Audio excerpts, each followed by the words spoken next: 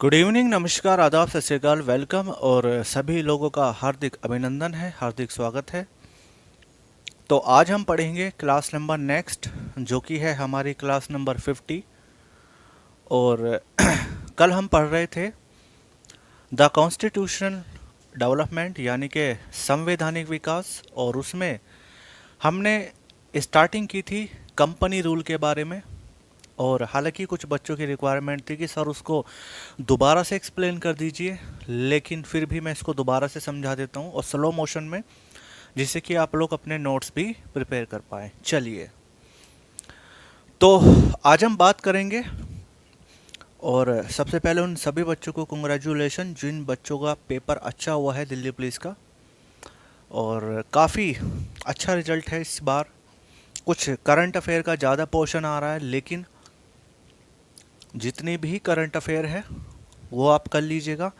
और अब के बार में जो भी एग्जामिनेशन होगा उसमें आपका एक भी मार्क्स नहीं कटेगा करंट अफेयर का, क्योंकि एक स्पेशल बैच लॉन्च किया जा रहा है करंट अफेयर का, जो 1 ईयर प्रोग्राम होगा, जिसकी जो फीस है वो 599 पर मंथ है, और जो वन पे है, जो फुल कोर्स है, वो है 6999। तो लगभग 7,000 रुपये का कोर्स है ये, पूरी तरीके से 1 ईयर कंसेप्ट है, जो कि आपको 1 बाय 1 यानी डे टू डे आपको करंट अफेयर कराई जाएगी। और उसमें आपको किसी भी तरीके से कोई भी मैगजीन और कोई भी न्यूज़पेपर को प्रीफर नहीं करना है, ना ही आपको नोट्स मेकिंग करनी है। सब कुछ आपको रेडीमेड मिलेगा, केवल आपको डाउनलोड करना है और क्लास देखनी है और सीधा एग्ज़ाम में बैठना है, ठीक है। और आपकी डेली भी क्विज हुआ करेगी, जिसमें 5 से 6 क्वेश्चन आपको डेली पूछे जाएंगे करंट अफेयर के। और उसके बाद आपको कोई भी एक्स्ट्रा मेहनत करने की ज़रूरत नहीं पड़ेगी।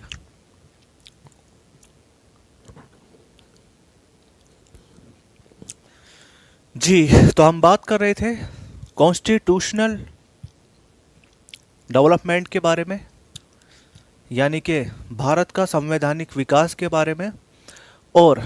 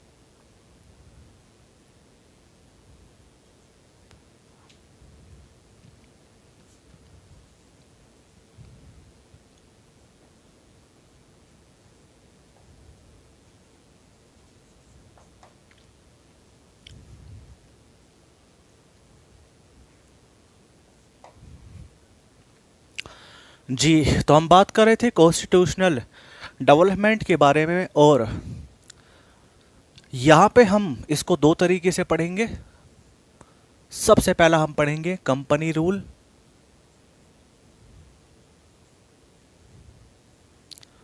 जो कि 1773 से लेकर के 1857 तक होगा, यानी कि 1773 से लेकर के 1857 तक। और फिर हम पढ़ेंगे क्राउन रूल,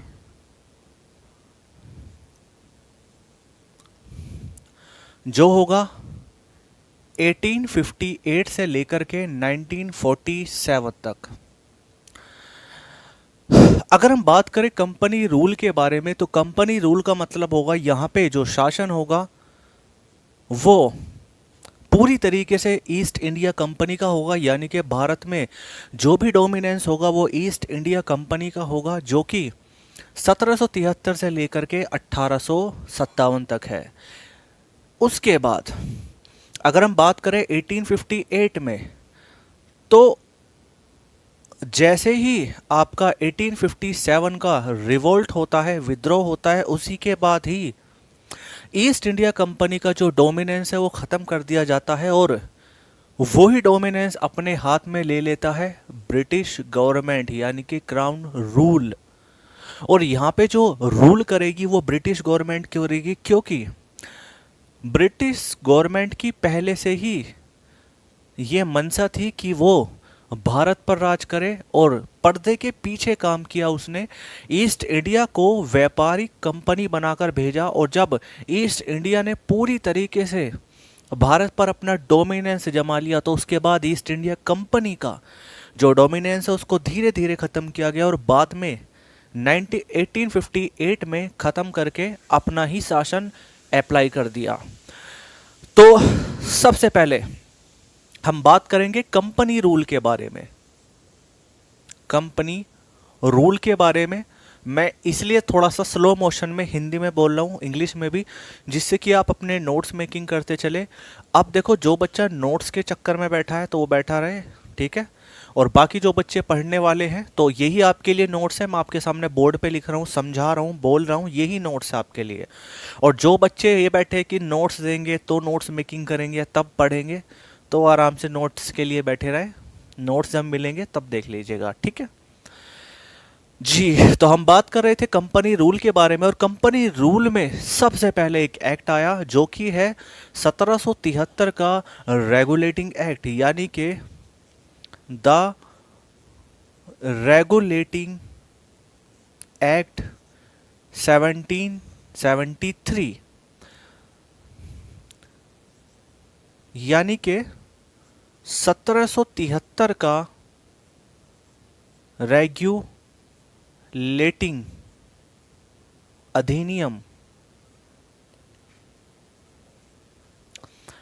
तो सबसे पहले हम बात करते हैं द रेगुलेटिंग एक्ट के बारे में, और क्या चीजें हुई इसमें, क्या क्या महत्वपूर्ण काम हुए इस रेगुलेटिंग एक्ट में, और एग्जामिनेशन के हिसाब से भी बहुत ही ज़्यादा महत्वपूर्ण है ये। तो सबसे पहला इसमें काम हुआ कि ईस्ट इंडिया कंपनी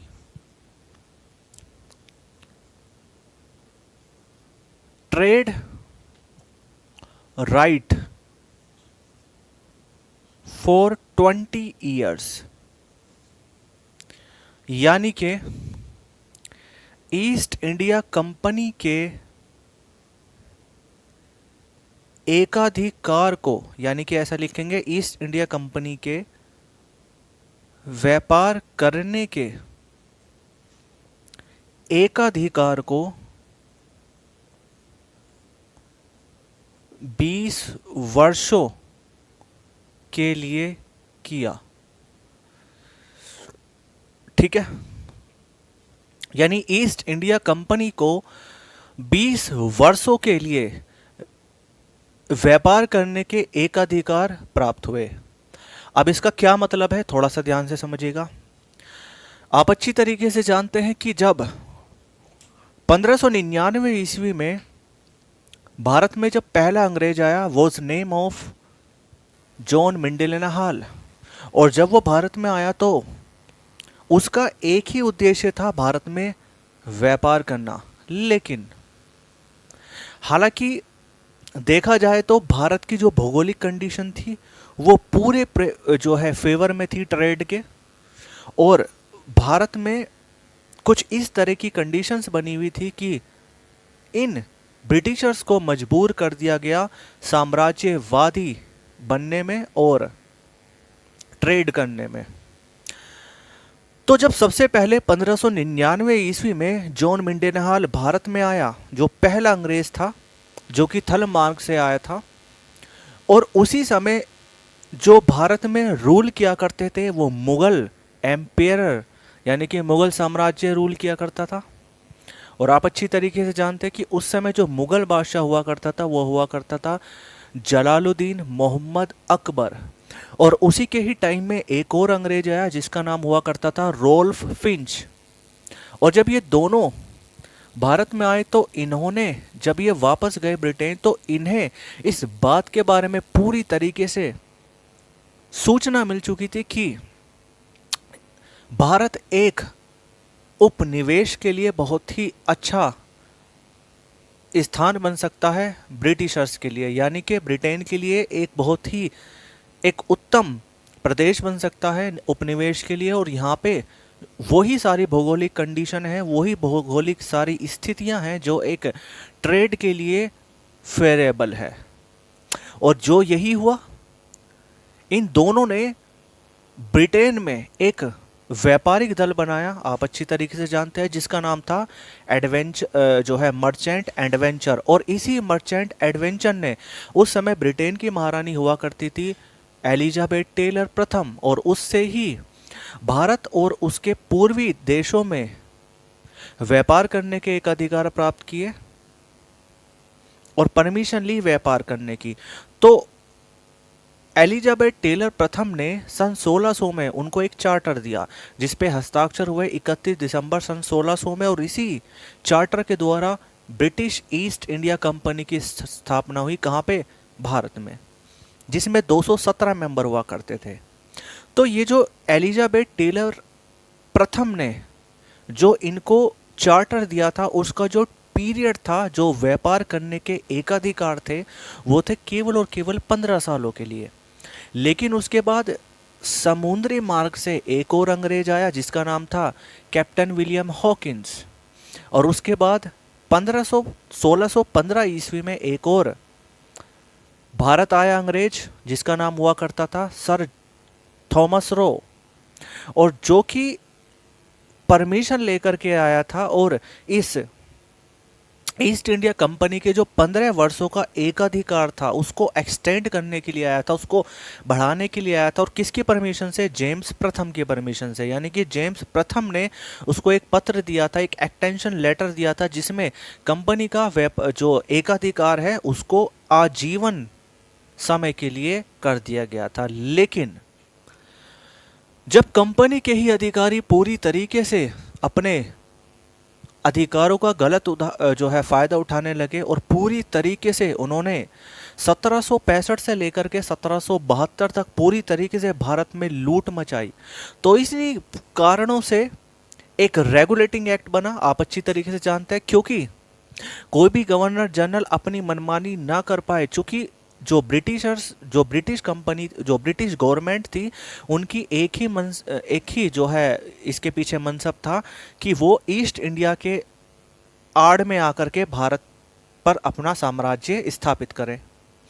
और वही हुआ, एक रेगुलेटिंग एक्ट आया 1773 में, और इसमें सबसे पहले उन्होंने ईस्ट इंडिया कंपनी को व्यापार करने के 20 साल तक के लिए अधिकार दे दिया, और हर 20 साल के बाद ये व्यापार, ये जो टाइम है 20 साल का, ये एक्सटेंड कर दिया जाएगा। यानी कि 1773 में इनको 20 साल का एक टाइम पीरियड मिला व्यापार करने का, यानी एकाधिकार व्यापार करने का भारत में। और उसके बाद वो ब्रिटिश गवर्नमेंट सोचेगी कि अब इनका टाइम पीरियड बढ़ाएं या ना बढ़ाएं, क्योंकि उनका पूरा इरादा था ईस्ट इंडिया कंपनी को धीरे धीरे धीरे पतन की ओर ले जाने का। और ऐसा हुआ भी, देखिएगा। जब ईस्ट इंडिया कंपनी के व्यापार करने के एकाधिकार को 20 वर्ष कर दिया गया, तो हुआ ये, एक बात और है इसमें कि पहले ईस्ट इंडिया कंपनी को उसके ही प्रोप्राइटर्स चलाया करते थे, लेकिन अब ईस्ट इंडिया कंपनी को चलाने के लिए एक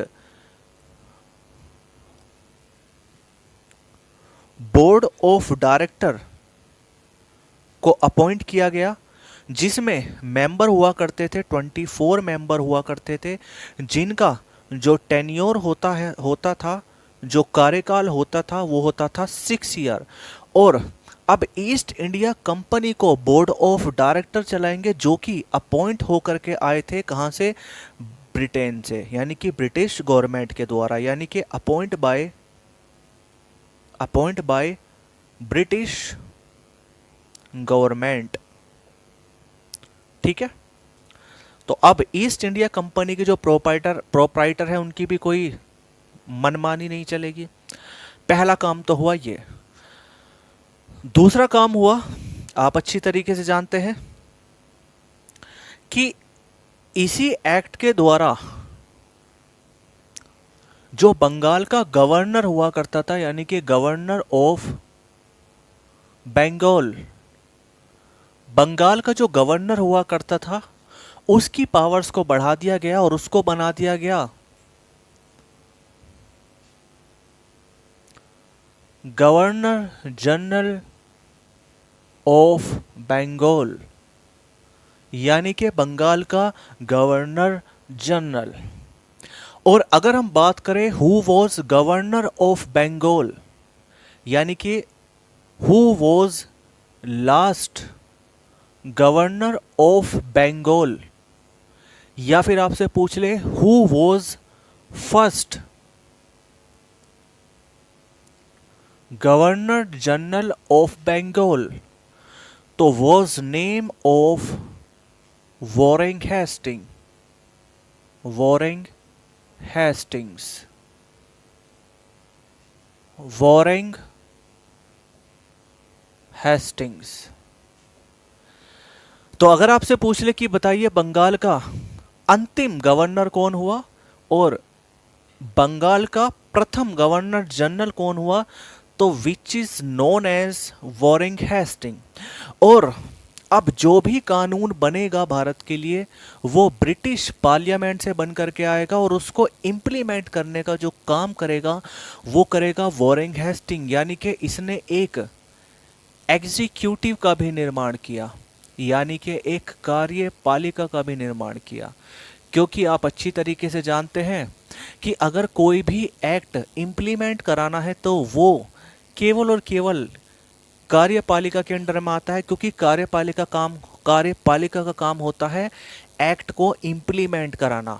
और उस एक्ट को इम्प्लीमेंट कौन कराएगा, जो भी एग्जीक्यूटिव में आता है, यानी कि जो भी गवर्नर है, वायसराय है, या पीएम है या सीएम है। अब तो पीएम और सीएम हो गए, लेकिन हम ब्रिटिशर्स के समय की बात कर रहे हैं, तो उस समय कौन हुआ करता था, Warren Hasting.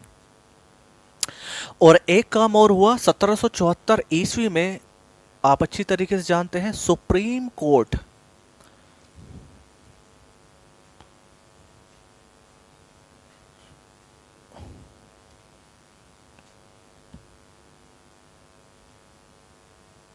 Supreme court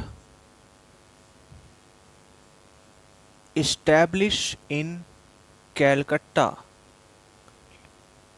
Calcutta, यानी कि यहां पे सर्वोच्च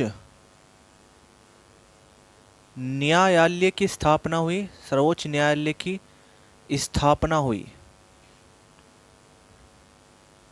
कहां पे, कलकत्ता में। और जब सुप्रीम कोर्ट की स्थापना हुई तो उसमें एक चीफ जज या चीफ जस्टिस और 3 अदर जजिस को अपॉइंट किया, अदर जजिस को अपॉइंट किया। और अगर हम बात करें फर्स्ट चीफ जस्टिस के बारे में, जो कि सुप्रीम कोर्ट का हुआ करता था, was name of lord Elijah Impey. और अगर हम बात करें 3 जजिस के बारे में, जिसमें पहला जज हुआ लॉर्ड हाइड, दूसरा जज हुआ लॉर्ड चैम्बर्स और तीसरा हुआ लॉर्ड लेमेस्टर्स। यानी हिंदी में भी लिख देता हूं मैं, लॉर्ड हाइड, लॉर्ड चैम्बर्स और लॉर्ड लेमेस्टर्स।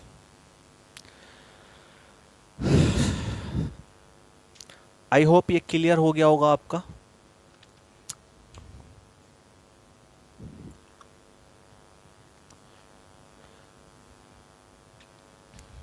कॉपी कीजिए इसको फटाफट।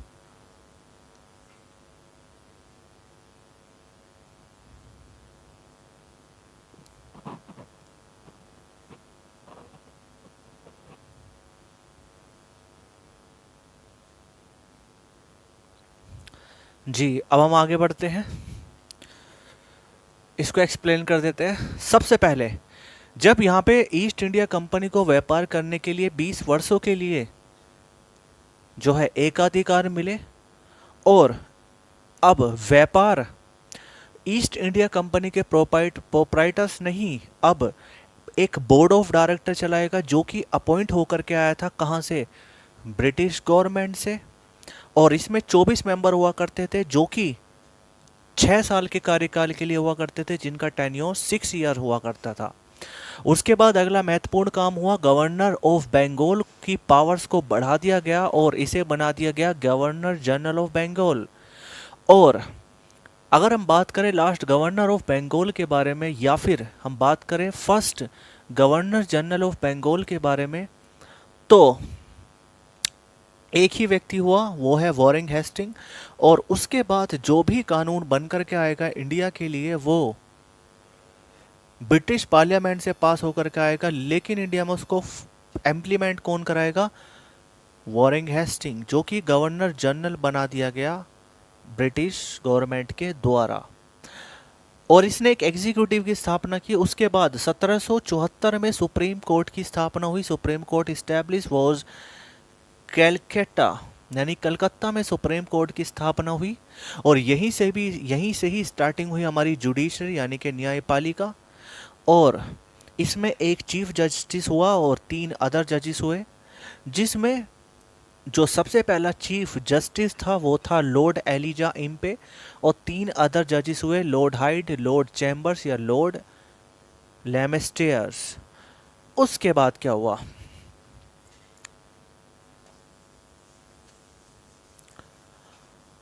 उसके बाद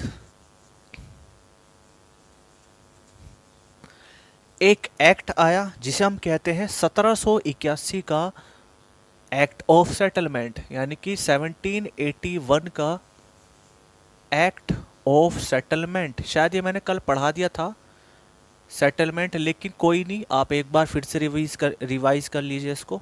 एक्ट ऑफ सेटलमेंट, और इसको लाया गया था केवल और केवल रेगुलेटिंग एक्ट की कमियों को दूर करने के लिए, उसकी जो भी खामियां थी उसको पूरा करने के लिए। और इसी से ही आप अच्छी तरीके से जानते हैं कि जो गवर्नर जनरल हुआ, कौन, वॉरेन हेस्टिंग, उसकी पावर्स को बढ़ा दिया, और इस हद तक बढ़ा दिया कि अब उसे अधिकार दे दिए गए बंगाल प्रांत के लिए कानून बनाने के लिए, यानी बंगाल के लिए अब वो कानून भी बना सकता है।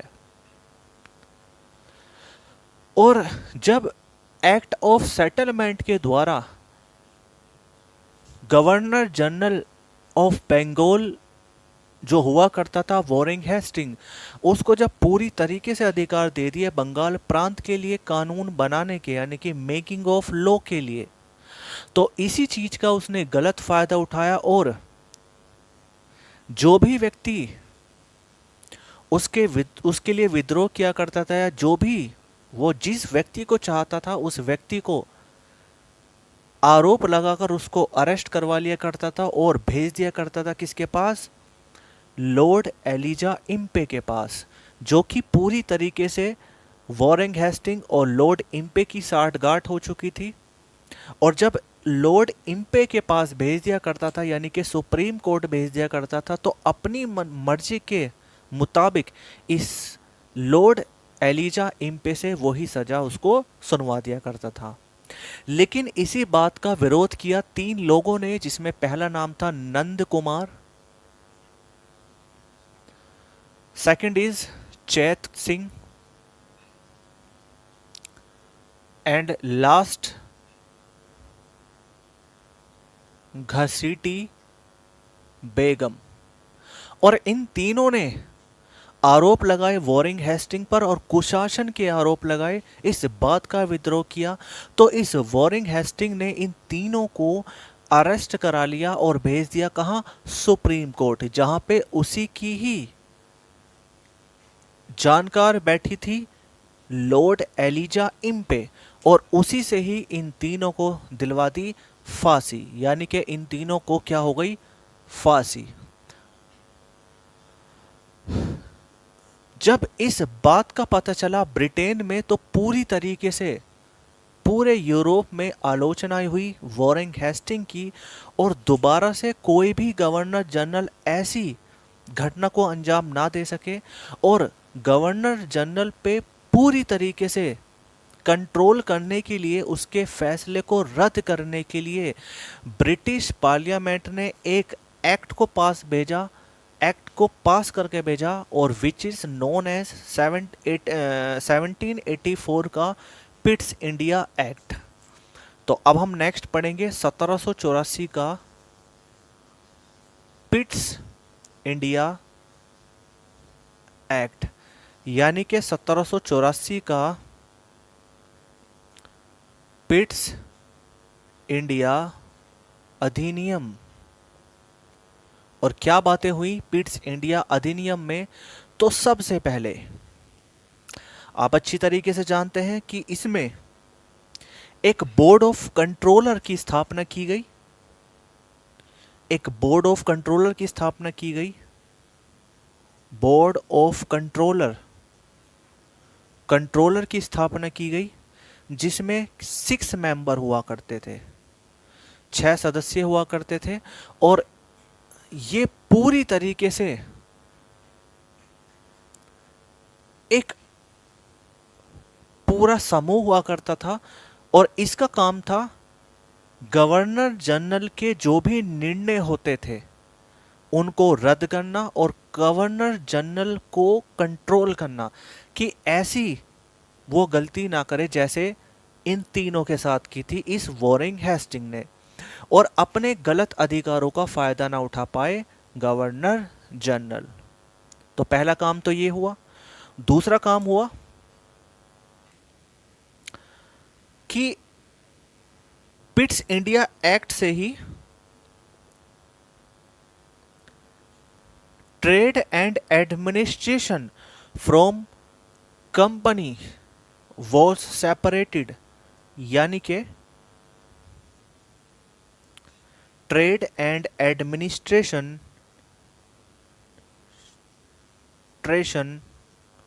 फ्रॉम कंपनी, कंपनी का मतलब East India company, was separated, यानी कि कंपनी से व्यापार व प्रशासन को अलग किया गया। दूसरा काम यह हुआ कि कंपनी से, यानी कि ईस्ट इंडिया कंपनी से व्यापार और प्रशासन को अलग किया गया। नोट्स मेकिंग करते चलेंगे यहाँ पे, शायद ये कॉपी हो गया होगा आपका। और उसके बाद एक और महत्वपूर्ण काम हुआ कि न्यायपालिका और कार्यपालिका को भी अलग अलग किया गया, यानी कि executive and judiciary also separated, यानी कि 1784 के ही इस एक्ट से judiciary and executive was also separated,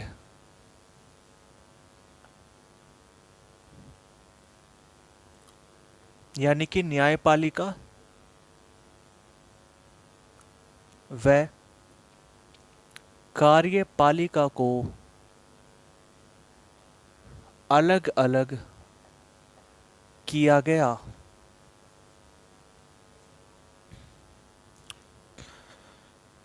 और यही वो महत्वपूर्ण पिट्स इंडिया एक्ट था।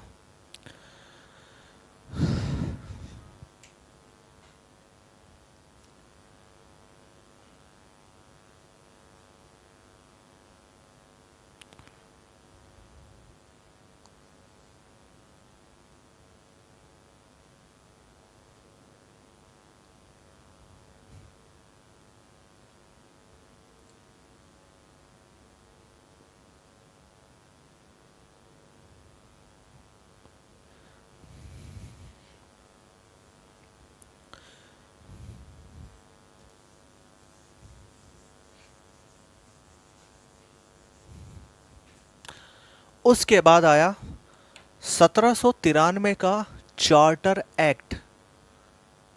1793 का चार्टर एक्ट यानी कि 1793 का चार्टर अधिनियम। और इस अधिनियम के द्वारा क्या हुआ? सबसे पहला काम हुआ सबसे पहला काम हुआ, as per this trade monopoly of East India company for 20 years. मतलब कि ईस्ट इंडिया कंपनी के एकाधिकार को पुनः 20 वर्षों के लिए बढ़ा दिया गया। यानी कि पुनः 20 वर्षों के लिए ईस्ट, बल्कि मैं शॉर्ट में लिख देता हूं, ईस्ट इंडिया कंपनी के एकाधिकार को बढ़ा दिया। आप अच्छी तरीके से जानते हैं कि सबसे पहले 1773 के रेगुलेटिंग एक्ट से ईस्ट इंडिया कंपनी को 20 सालों के लिए व्यापार करने के एकाधिकार मिले भारत में। और उसके बाद 20 साल बाद यानी कि 1793 में इसके एकाधिकार को दोबारा क्या कर दिया गया? बढ़ा दिया गया। एक महत्वपूर्ण काम हो हुआ कि एक पद का सृजन हुआ, यानी कि एक डेजिग्नेशन क्रिएट किया गया। किसके द्वारा? लॉर्ड कॉर्नवालिस के द्वारा। यानी कि एक पद का सृजन हुआ और उस पद का नाम है ICS, यानी कि इंडियन सिविल सर्विस। और जो बच्चे यूपीएससी की तैयारी कर रहे हैं वो थैंक यू बोलिए। जो बच्चे सिविल की सेवा की तैयारी कर रहे हैं उन्हीं के लिए ही by lord Cornwallis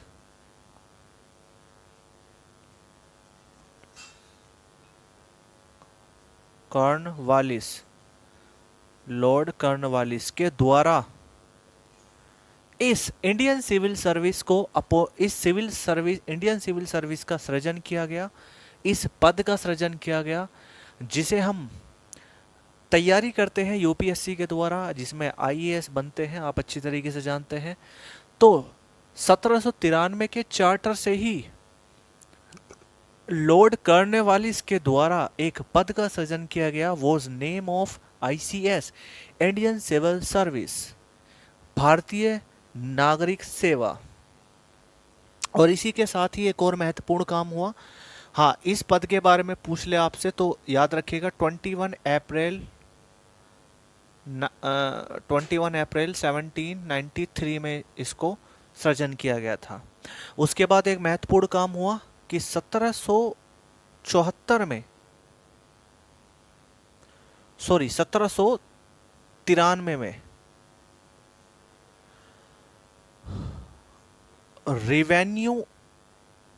revenue board and revenue police की स्थापना हुई। आप अच्छी तरीके से जानते हैं रिवेन्यू बोर्ड यानी कि राजस्व बोर्ड, राजस्व विभाग, और रिवेन्यू पुलिस यानी कि राजस्व पुलिस। इन दोनों की स्थापना की गई इस चार्टर अधिनियम के द्वारा। और अब तक जो ब्रिटिशर्स ऑफिसर्स हुआ करते थे ईस्ट इंडिया कंपनी के, उनको जो भी वेतन मिला करता था, जो भी सैलरी मिला करती थी, वो बनकर आया करती थी वो बनकर आया करती थी ब्रिटेन से। लेकिन अब उनको जो भी सैलरी मिला करेगी वो रिवेन्यू से मिलेगी, यानी कि भारत के ही रिवेन्यू से मिलेगी। यानी कहने का मतलब ये है कि 1793 में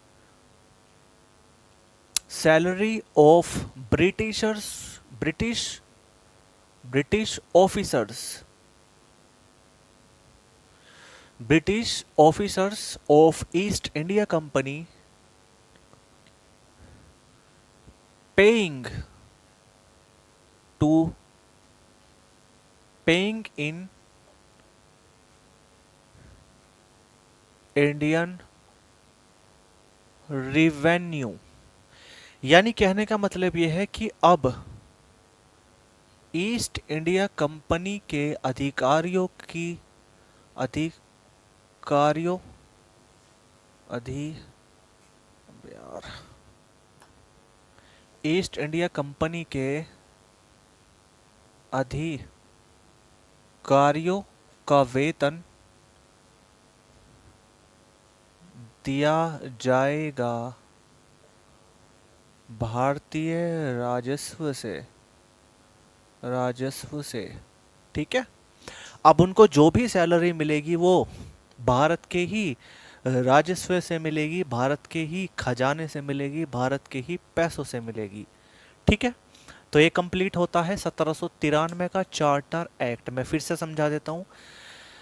सबसे पहले 20 वर्षों के लिए ईस्ट इंडिया कंपनी के एकाधिकार को बढ़ा दिया गया, एक्सटेंड कर दिया गया। उसके बाद एक नए पद का सृजन हुआ, आईसीएस, इंडियन सिविल सर्विस, जो कि लॉर्ड कॉर्नवालिस के द्वारा किया गया और 21 अप्रैल 1793 में। उसके बाद एक रेवेन्यू बोर्ड और एक रेवेन्यू पुलिस का भी स्थापना की गई। और अब जो भी सैलरी, जो पहले सैलरी यानी कि जो अब तक जो सैलरी जाया करती थी वो ईस्ट इंडिया कंपनी के जो ऑफिसर्स हुआ करते थे, जो अधिकारी हुआ करते थे, उनको जाया करती थी ब्रिटेन से। लेकिन अब जो भी सैलरी जाएगी वो भारत के ही रेवेन्यू से जाएगी। ठीक है, कॉपी कीजिए इसको।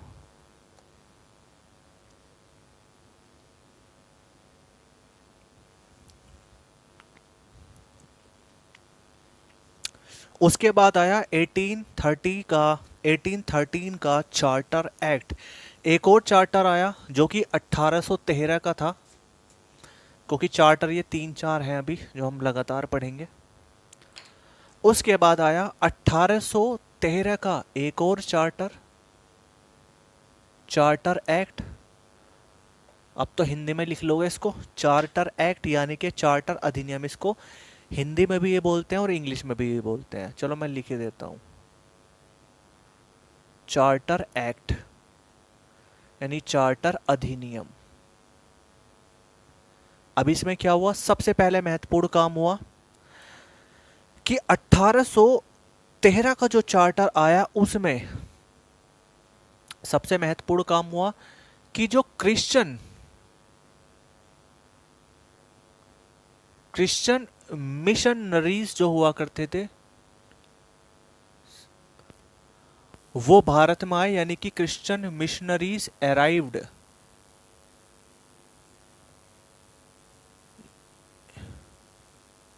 Europe to India. अभी समझाऊंगा इसको, यानी कि ईसाई मिशनरियों का आगमन।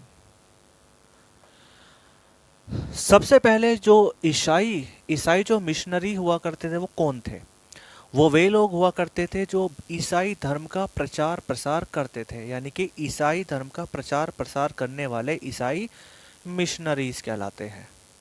और ये अब तक केवल और केवल यूरोप में ही इस काम को किया करते थे, प्रचार प्रसार किया करते थे ईसाई धर्म का। लेकिन अब इनको अधिकार मिल चुका था 1813 के चार्टर से भारत में आने का, और इन्हें पूरी तरीके से परमिशन मिल गई भारत में ईसाई धर्म के प्रचार के लिए। तो जितने भी ये जो चर्च बने हुए हैं हमारे यहाँ पे, जिन पे कैथोलिक पद्धति का इस्तेमाल किया गया है, वो जो चर्च है उनमें जो ईसाइयों के जो चर्च है, जो ईसाई धर्म है, वो इन्हीं के ही द्वारा लाया गया। हालांकि लाया गया तो था पुर्तगालियों के द्वारा ईसाई धर्म, आप अच्छी तरीके से जानते हैं, उन्होंने भी काफ़ी प्रचार प्रसार किया। लेकिन चूंकि ये भी प्रवर्तक थे ईसाई धर्म के और इन्होंने भी अपने मिशनरियों को भेजा इंडिया में, यानी यूरोप टू इंडिया, और इन्होंने भी पूरी तरीके से प्रचार किया। क्रिश्चियन मिशनरीज ने पूरी तरीके से प्रचार किया ईसाई धर्म का। उसके बाद क्या काम हुआ, 1813 के चार्टर एक्ट से एक और महत्वपूर्ण काम हुआ कि रुपी 1 लाख, 1 लाख रुपए पर एनुअल, पर एनुअल यानी कि प्रति वर्ष सेक्शन किए गए इंडियन एजुकेशन के लिए, यानी कि सेक्शन किए गए, आवंटन किए गए इंडियन एजुकेशन के लिए। और इसका जो उद्देश्य था वो था भारत में शिक्षा का प्रसार करना, शिक्षा का विस्तार करना। और ये जो 1 लाख रुपए जो निकाले जाएंगे वो इंडियन रेवेन्यू से ही निकाले जाएंगे, इंडियन रिवेन्यू से ही निकाले जाएंगे। यानी कि कहने का मतलब ये है कि अब 1 लाख रुपए पर ईयर सालाना खर्च किए जाएंगे भारत के राजस्व से, भारत की शिक्षा के लिए, उसके प्रचार के लिए, उसके प्रसार के लिए और लोगों को शिक्षित बनाने के लिए। उसके बाद एक और महत्वपूर्ण काम हुआ, आप अच्छी तरीके से जानते हैं कि अब कंपनी ईस्ट इंडिया कंपनी के एकाधिकार को समाप्त कर दिया गया, लेकिन 2 ट्रेड छोड़कर। यानी कि ऐसा लिखेंगे, trade monopoly, monopoly, monopoly, trade monopoly from company, trade monopoly from company was terminated, यानी कि trade monopoly of company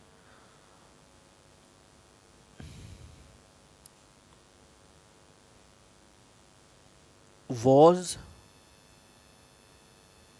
terminated except of 2 trade. और वो 2 ट्रेड कौन कौन से थे, पहला ट्रेड ऑफ टी, चाय का व्यापार, और दूसरा ट्रेड विथ चाइना, चाइना के साथ व्यापार। अभी मैं हिंदी में लिख देता हूं।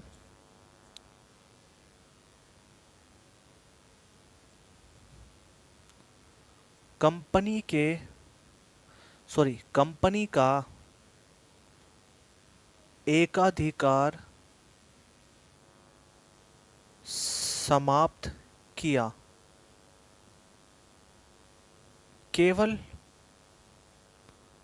2 व्यापार को छोड़कर। और 2 व्यापार कौन से थे, ट्रेड ऑफ टी और ट्रेड विथ चाइना। अब इसको मैं समझाता हूं। सबसे पहले ईस्ट इंडिया कंपनी को 20 वर्षों के लिए ट्रेड करने के एकाधिकार दिए, उसके बाद एक बार और बढ़ा दिए 1793 के पिट्स इंडिया एक्ट से।